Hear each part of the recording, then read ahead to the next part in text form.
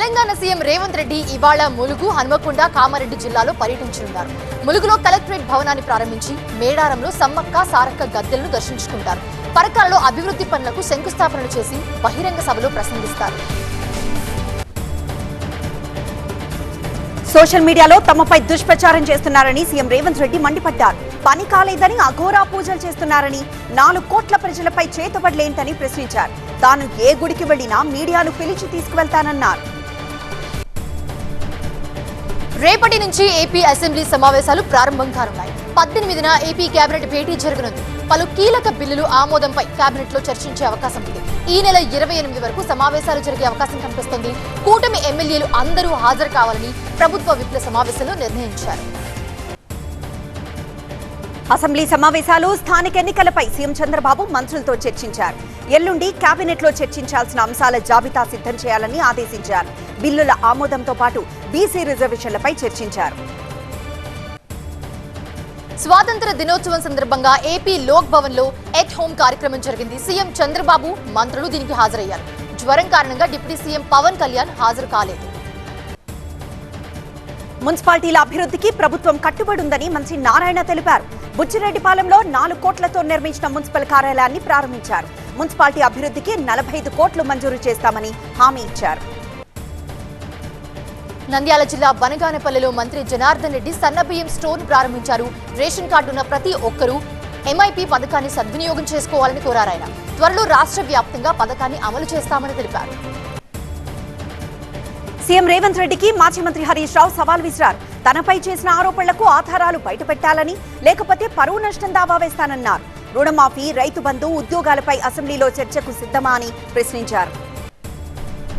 కృష్ణా జలాల్లో తెలంగాణకు 30% వాటా ఇవ్వాలని మాజీ మంత్రి శ్రీనివాస్ గౌడ్ డిమాండ్ చేశారు. కృష్ణా జలాలను పెన్నా బేసిన్ కు తరలించే ప్రయత్నాలు జరుగుతున్నాయని ఆరోపించారు. ఆయన పాలమూరును ఎండబెడితే ప్రజలు ఊరుకోరని హెచ్చరించారు. అంబటి రాంబాబు అవినీతి ఆరోపణల ప్రచారాన్ని మానుకోవాలని టీడీపీ నేత కేసిరెడ్డి చిన్ని సూచించారు. స్టీల్ బ్రిడ్జ్ టెండర్లు పారదర్శకంగానే జరిగాయని తెలిపారు. లోకేష్ తో చర్చించే స్థాయి అంబటికి లేదని, తమ పార్టీ కార్యకర్తలే సమాధానం చెబుతారన్నారు. వైసీపీ అధినేత జగన్ పై టీడీపీ నేత జ్యోతుల నెహ్రూ తీవ్ర విమర్శలు చేశారు. జగన్ శవరాజకీయాలు చేస్తున్నారని, పరామర్శల పేరుతో ప్రజలను రెచ్చగొడుతున్నారని ఆరోపించారు. జగన్ బెయిల్ రద్దు చేసి ఆయన కేసులపై సుప్రీంకోర్టు దృష్టి సారించాలని డిమాండ్ చేశారు. ఇచ్చిన మాట ప్రకారం టిడ్కో ఇళ్లను లబ్ధిదారులకు అందజేసి జగ్గయ్యపేట ఎమ్మెల్యే శ్రీరామ్ రాజగోపాల్ మాట నిలబెట్టుకున్నారు. ఆగస్టు 15 నాటికి ఇళ్లు ఇవ్వకపోతే రాజకీయాల నుంచి తప్పుకుంటానని గతంలో శపథం చేశారు. మొదటి విడత ఇళ్లను అందజేశారు. జనవరి నాటికి పూర్తి స్థాయిలో ఇళ్లు అందిస్తామని తెలిపారు. హైదరాబాద్ పాత బస్తీ సైదాబాద్ లో తెలంగాణ స్వాభిమాన్ పరిషత్ ఆధ్వర్యంలో భారీ రక్తదాన శిబిరం నిర్వహించారు. వందలాది మంది యువకులు స్వచ్ఛందంగా రక్తదానం చేశారు. యువత డ్రగ్స్ బెట్టింగ్ కు దూరంగా ఉండి మానవతా సేవలో ముందుండాలని పిలుపునిచ్చారు. నల్సార్ న్యాయ విద్యార్థులకు bar council of India chairman Manav Kumar Mishra క్షమాపణ చెప్పారు. విద్యార్థుల ఎన్రోల్మెంట్ నిలిపివేయాలన్న ఆదేశాలపై విచారం వ్యక్తం చేశారు. విద్యార్థుల మనోభావాలు దెబ్బతింటే క్షమించాలని కోరారు ఆయన. హైదరాబాద్ ఆదిబట్లలో కల్తీ డ్రై ఫ్రూట్ తయారీ గుట్టురట్టయింది. అపరిశుభ్ర వాతావరణంలో గడువు ముగిసిన ముడి పదార్థాలతో ఆహార పదార్థాలు తయారు చేస్తున్నట్లుగా అధికారులు గుర్తించారు. 3600 కిలోల మైదా, 4 లక్షల విలువైన ఉత్పత్తులు స్వాధీనం చేసుకుని 2ని అరెస్ట్ చేశారు. కృష్ణా జిల్లా గుడివాడ గుడ్మెన్పేటలో పోలీసులు ఫుడ్ పెట్రోలింగ్ నిర్వహించారు.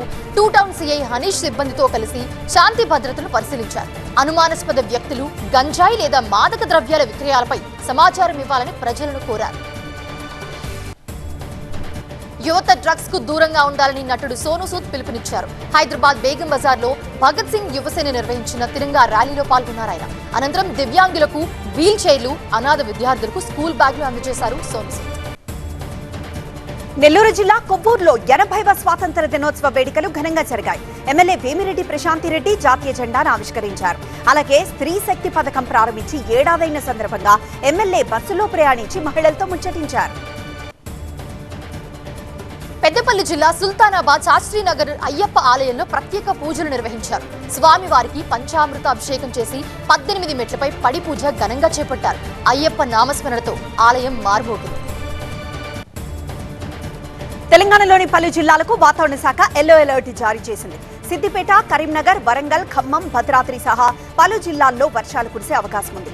ఉరుములు, మెరుపులతో పాటు గంటకు 40 కిలోమీటర్ల వేగంతో ఈదురుగాలులు వీచే అవకాశం ఉందని అధికారులు తెలిపారు. భారత్ పాకిస్తాన్ సరిహద్దులోని పంజాబ్ హుసేనివాలాలో స్వాతంత్ర వేడుకలు ఘనంగా జరిగాయి. బీఎస్ఎఫ్ జవాన్ల దేశభక్తి ప్రదర్శనలను వేలాది మంది వీక్షించారు. ఇరు దేశాల జవాన్లు జాతీయ జెండాలతో విన్యాసాలు చేశారు. ఛత్తీస్గఢ్ నారాయణపూర్ జిల్లాలోని అబుజ్మట్లో తొలిసారి జాతీయ జెండా ఎగిరింది. మావోయిస్టుల ప్రభావం తగ్గడంతో గిరిజనులు పోలీసులతో కలిసి స్వాతంత్ర వేడుకలు నిర్వహించారు. తొలిసారి జరిగిన వేడుకలతో గిరిజనులు ఆనందం వ్యక్తం చేశారు. ఇవాళ రాష్ట్రపతి భవన్లో అమృత్ ఉద్యాన్ను రాష్ట్రపతి ద్రౌపది ముర్ము ప్రారంభించనున్నారు. ఇవాళ్టి నుంచి సెప్టెంబర్ 19 వరకు ప్రజలకు ప్రవేశం కల్పించనున్నారు. ఈ నెల 29న జాతీయ క్రీడా దినోత్సవం సందర్భంగా క్రీడాకారులకు, సెప్టెంబర్ 5న ఉపాధ్యాయ దినోత్సవం సందర్భంగా ఉపాధ్యాయులకు ప్రత్యేక ప్రవేశం ఉంటుంది. జార్ఖండ్లో జేపీఎస్సీ, జేఎస్ఎస్సీ నియామక పరీక్షల అక్రమాలను వ్యతిరేకిస్తూ విద్యార్థులు చేస్తున్న ఆందోళనలు 23వ రోజుకు చేరుకున్నాయి. పరీక్షల్లో పారదర్శకత పాటించాలని, సిబిఐ దర్యాప్తు జరిపించాలని డిమాండ్ చేస్తున్నారు. ఈ నెల 20న సీఎం నివాసాన్ని ముట్టడించనున్నట్లు విద్యార్థులు ప్రకటించారు.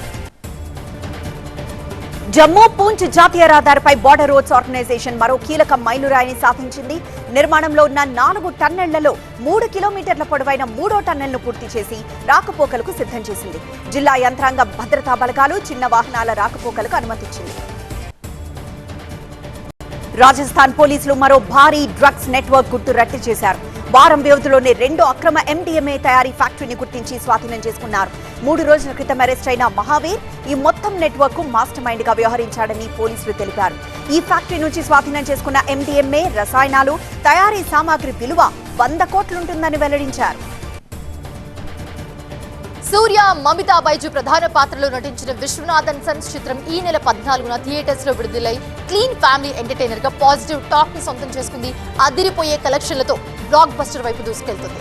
ఈ నేపథ్యంలోనే చిత్ర బృందం నిన్న హైదరాబాద్ లో గ్రాండ్ గా సక్సెస్ మీట్ ను అరేంజ్ చేశారు. భారత్, శ్రీలంక మధ్య జరుగుతున్న టెస్ట్ లో టీమిండియా ఆట ముగిసే సమయానికి తొలి ఇన్నింగ్స్ లో 2 వికెట్లు కోల్పోగా 288 స్కోర్ చేసింది. 1 డౌన్ లో వచ్చిన దేవదత్ పడిక్కల్ సెంచరీ చేశాడు. రిషబ్ పంత్ క్రీజ్ లో ఉన్నాడు. ఓపెనర్ యశస్వి జైస్వాల్ రన్అట్ అయ్యాడు.